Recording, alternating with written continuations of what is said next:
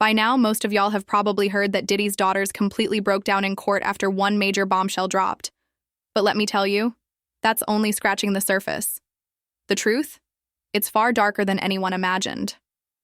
Yes, it's true. The girls literally walked out during Cassie's emotional, shocking, and disturbingly graphic testimony. But what people don't realize is that this wasn't just about words. This was the moment when actions started speaking, louder than anything anyone could say. One of Diddy's daughters was visibly shaking, while the other looked completely shattered. And it wasn't just them. The entire courtroom fell into chaos. People were crying. Reporters froze mid-sentence. Even some of the security guards had to look away. What Cassie revealed about Diddy wasn't just shocking. It was disturbing, heartbreaking, and completely unreal, and just when everyone thought it couldn't possibly get worse. Cassie said one more thing that left the entire room silent. She brought up the now infamous baby oil. Yes, the same detail that was already controversial when it first came up. But y'all, we didn't even know the half of it. The way Diddy allegedly used it. It's beyond creepy, beyond gross. It's the kind of thing that makes your stomach turn. We're about to get into what that means, and trust me, it's worse than you think. Make no mistake, this isn't just a celebrity scandal. Diddy's trial has turned into a full-on reckoning. The glamour, the fame, the polished image, all of it shattered. What's left is raw pain, dark secrets, and years of trauma coming to light. So if you've been following Diddy's scandals, lawsuits, and growing backlash, buckle up. Because this part of the story, this is where everything hits the fan. Let's break it down, carefully. In the courtroom as Cassie was testifying, so let me tell you guys everything that you didn't see or may have not heard, because it's a lot. I will say the most damning part of her testimony for me is when she describes a freak-off where Diddy and another man, an escort, are standing on top of her while she is laying on the floor high off of a and they are urinating on her face to the point where she is choking on their pee. To start with, the courtroom was already tense from the beginning, but everything changed the moment testimony began. The energy shifted hard. Opening statements had barely wrapped when the case took a sharp, dark turn. A man named Daniel Phillip, a known male escort, took the stand, and what he revealed left the entire room stunned. Some people thought they misheard him. That's how wild it got. According to Daniel, Diddy didn't just cheat, he orchestrated everything. He controlled every single detail. On multiple occasions, Diddy would sit silently in the shadows, completely quiet, but fully present, watching as Daniel was paid thousands to sleep with Cassie. Yes, watching. Cassie later confirmed that sometimes Diddy would even join in. And if you're already disturbed, buckle up, because we haven't even touched the surface yet. Daniel testified that Diddy would instruct him to perform deeply degrading, humiliating acts on Cassie. Things that were so graphic they brought people in the courtroom to literal tears. One horrifying detail: Daniel claimed Diddy made him urinate on Cassie's face to the point where she couldn't breathe. The moment he said it, the judge cut the mic. That part was stricken from the record, and the court was granted a short recess because it was too much, too graphic, too traumatizing, and it gets even more twisted. Daniel said that after these disturbing sessions, there would often be blood, urine, and baby oil everywhere. Gallons of it. But here's where things get murky. Daniel claimed that sometimes Cassie herself would ask him to do these things, but he never believed it was really her choice. According to him, it felt scripted, like she had been coached, manipulated, gaslit into playing a role she didn't want, and that would line up. Because the level of detail in the testimonies suggested that Diddy directed everything like a music video.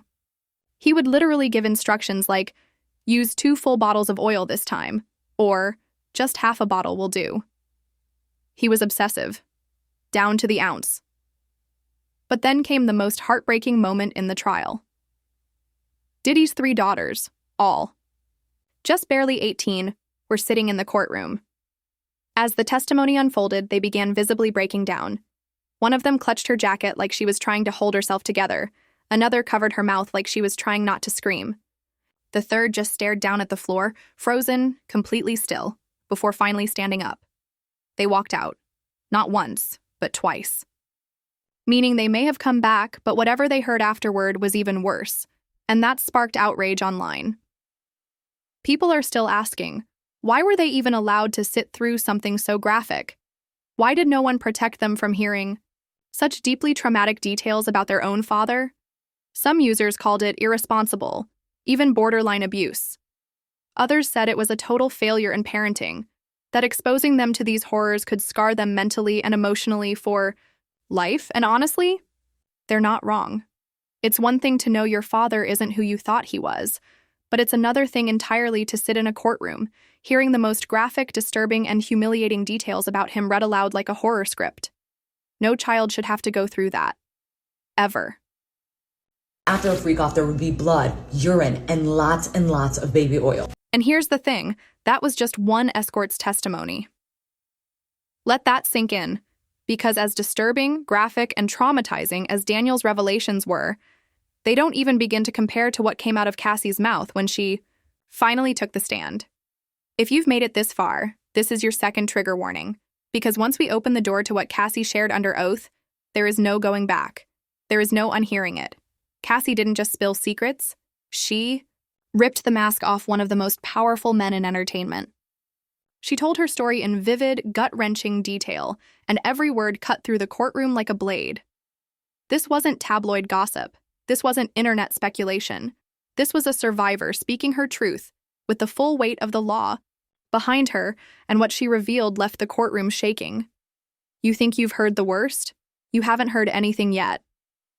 No videos were shown today. Instead, jurors were handed personal screens so that they could privately see images taken from what Cassie called freak-off videos. Cassie had a binder on the stand with her, and she was going through images identifying people in them. Did you know the judge had to cut short parts of the testimony, especially the most disturbing details about Diddy's infamous use of oils?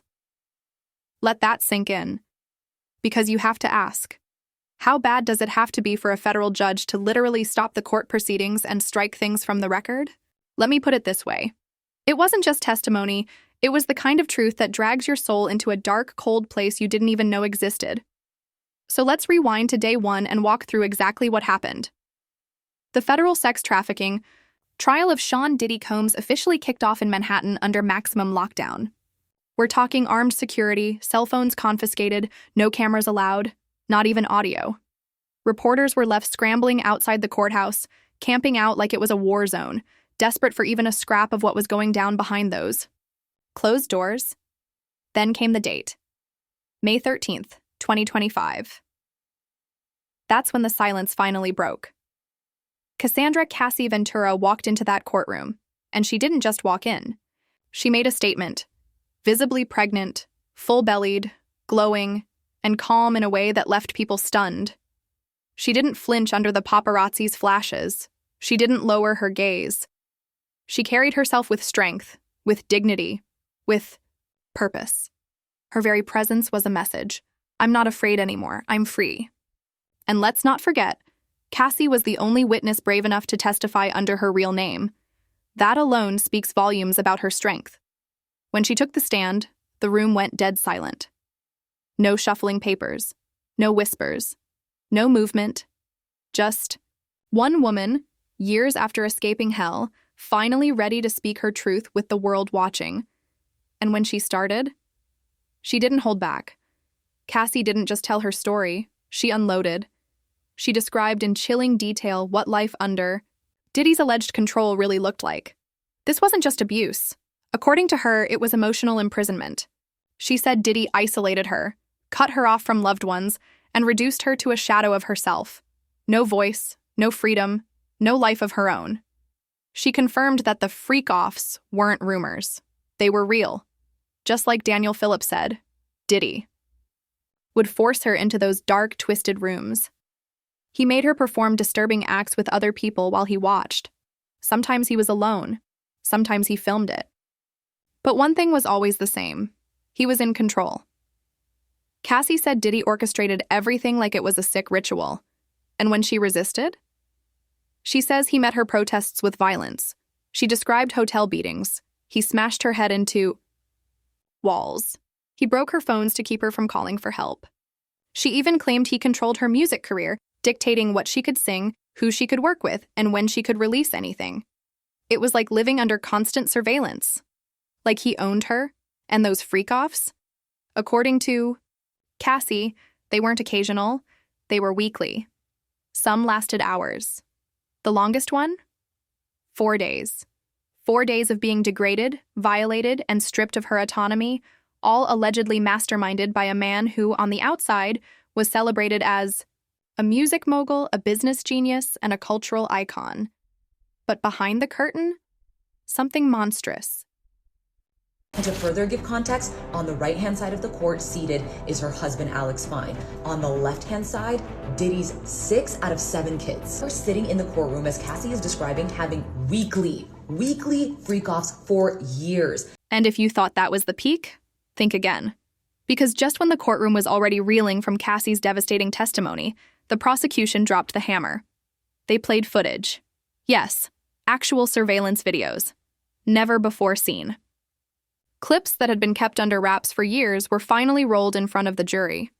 And among them was the now infamous 2016 hotel hallway video, the one CNN leaked, where Diddy is seen dragging, shoving, and striking Cassie. But according to insiders who were inside the courtroom that day, that clip was nothing. Nothing compared to the new footage shown behind those courtroom walls. The unreleased videos were so violent, so explicit, so deeply disturbing that people in the room said you could feel the shift in energy, like the air had been sucked out. You could tell just by looking at the jury's faces that this case was heading in one direction only. Even Cassie, who had held herself together so powerfully up until that point, broke down on the stand as the footage played. She tried to stay strong, but the trauma was undeniable. The prosecution didn't need to say much. They let the video speak for itself, and it landed like a punch to the gut. Meanwhile, Diddy just sat there, silent, stone-faced, probably wondering why he ever recorded those tapes in the first place. Because here's the dark irony. He thought those videos would give him control. He believed they were his insurance policy, his way to silence Cassie, and maybe even others. Leverage, blackmail, fear. But he was wrong.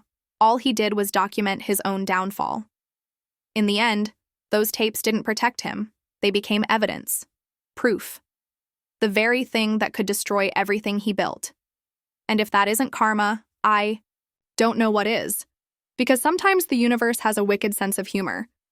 As Cassie is describing, having weekly freak-offs for years that would last 2, 3, one lasted up to 4 days. She talked about damaging hotel rooms so bad in one instance that they had to pay such a hefty fee because the hotel told them that they needed to completely redecorate the room after a freak. But of course, Diddy's legal team wasn't just sitting back in silence. The defense came in swinging, trying to flip the entire narrative on its head. According to them, this wasn't some twisted tale of power, manipulation, and control. No, they painted it like a messy breakup, a love triangle gone sour. They claimed it was about jealousy, cheating, and money, not trafficking, not abuse, and certainly not coercion. As if that could explain away years of documented manipulation and the damning footage that had just rocked the courtroom. The defense even had the audacity to turn the spotlight back onto Cassie, questioning why she still had those explicit tapes, as if the bigger concern was her keeping the receipts, not what was on them. They tried to spin it, make her look calculated, shady, like maybe she had been plotting all along, holding on to ammo. But the courtroom energy shifted real quick, because it wasn't about why she saved those tapes. It was about why they existed in the first place. And when I tell you Cassie came prepared, I mean it. She answered every single question, calmly, directly, with nothing to hide. And when the prosecution asked the inevitable, why didn't you leave? Cassie didn't dodge. She faced it head-on. She reminded the court that she met Diddy when she was still incredibly young, barely out of her teens. He, on the other hand, was a 37-year-old music mogul, already rich, already powerful, already known, back when he was still calling himself Puffy. And to her, at that age, it felt like a dream, like she'd made it. He wasn't just a man, he was the man. And when he started showing interest, when he made the first move, she gave in. Because how do you say no to someone who has the power to make or break your entire future? She admitted it. She loved him. Genuinely. Deeply. And when he flirted with other women, she got jealous. She wanted to be the one he chose. So when he first approached her about the freak-offs, Cassie said she went along with it. Not because she wanted to, but because she thought if she gave him what he wanted, maybe he'd love her more. Maybe he'd stop hurting her. And yes, when the violence started, she blamed herself. She told herself, if I just behave, he'll stop. But he didn't. It didn't stop. It only got worse. So for anyone still heartless enough to ask, why didn't she just leave? Listen closely. It wasn't just a relationship. It was grooming. It was control. It was a system of fear and manipulation that made escape feel impossible. Cassie was listing the names of the male escorts, and in some of the images, she said it was herself with baby oil on her, and reporters say that one female juror rested her hand over her chest. Also say that a male juror quickly averted his eyes, and another wrote notes while clearly shaken. By this point, the defense probably regretted ever asking Cassie why she didn't leave, because her answer hit like a wrecking ball, and just when the room tried to catch its breath, another twist made headlines. Cassie's husband, Alex Fine, was spotted in the building. Yep, her man showed up, standing tall in silent, unshakable support. It was a powerful moment, the kind that didn't need words. Just his presence alone said, "She's not alone anymore." But plot twist, he was escorted out. As soon as the court started referencing the 2018 sexual assault allegations, the judge requested Alex leave the room, stating he might be called as a witness later on. And that moment, it spoke volumes. Even though he couldn't stay, he came. He showed up when it mattered. And for Cassie, who had once stood alone in silence, that presence said everything. But let's not forget, this was just day one, and already, this case was unraveling like a full-blown docuseries, complete with shock, heartbreak, and moments that had people in the courtroom clutching their chests. Cassie is expected to remain on the stand for 3 consecutive days. And if this first day was any indication, it's only going to get messier, deeper, and harder to hear. Because watching trauma unfold in real time, it hits differently. Still, not everyone is convinced this case will lead to real consequences. Surprisingly, there's a growing group of courtroom spectators and legal analysts who believe Diddy might walk free, or get a much lighter sentence than many expect. Their reasoning? So far, the prosecution hasn't delivered a slam-dunk RICO case. No hard evidence of a criminal enterprise, just what some are calling the portrait of a violent, abusive relationship. And if that's all it is in the eyes of the law, the consequences may not match the horror we've heard so far. Who came to watch the case were walking out. I hate to say it, we were getting bored in there with Cassie's testimony. I think everybody thought it was going to be explosive. This is a RICO case. They're trying to show trafficking, if you know what I mean. And I hate to say it, but the government is doing a terrible job at showing it. Now, they are showing, yes, domestic violence. They keep asking her, show it these freak-offs. Who selected your outfits? Who Diddy? But they're not showing, okay, this escort was taken, traveled here for this. And it's not showing multiple people involved. All you're seeing the government prove is that Diddy committed domestic violence, but that is a state case that is not need a federal trial. So I hate to say it, guys. We know we don't want this, but I think Diddy could get off on the RICO charges. Oh, and by the way, Diddy's mom was in court too. Yep, Mama Combs herself sat there, stone-faced, holding her silence like a shield. And she wasn't the only one from his inner circle in attendance. Misa Hilton, one of Diddy's former partners, and the mother of his son, showed up too. But this time she had a walker and she looked visibly emotional, like a woman who's seen way too much. TMZ tried to get a word out of her, but Misa kept those lips sealed tight. And guess who else made an appearance? Jaguar Wright. Yes, that Jaguar. And if you know anything about Jaguar Wright, you already know. When she shows up, it's because something explosive is about to go down. Now let's recap that courtroom. You've got family members, former flames, and internet fire starters all in one space. The air, thick with tension. The energy, volatile. This is the kind of story that makes you stop scrolling and just breathe. Because the truth is, behind the glitz, the mansions, and the music, There's a dark, cold world unraveling. And the fact that Diddy's own daughters may have witnessed pieces of this, may have felt the ripple effects of what was happening behind those closed doors. That changes everything. So now I gotta ask, do you think those girls were ever supposed to be in that courtroom? Or were they dragged into something way darker than they ever signed up for? Drop your thoughts in the comments, because this story, it's shaking everything up, and whatever you do, don't go anywhere. Because if day one gave us this much, just imagine what's coming next.